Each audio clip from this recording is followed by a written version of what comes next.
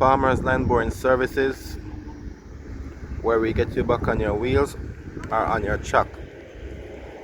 Contact us at 876-792-0499. This is a 345BL excavator.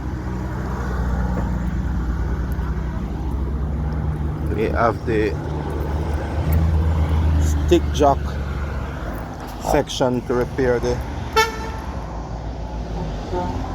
part where the stick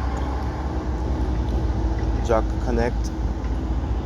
It's worn. I'm gonna pull it apart and well and line bore it.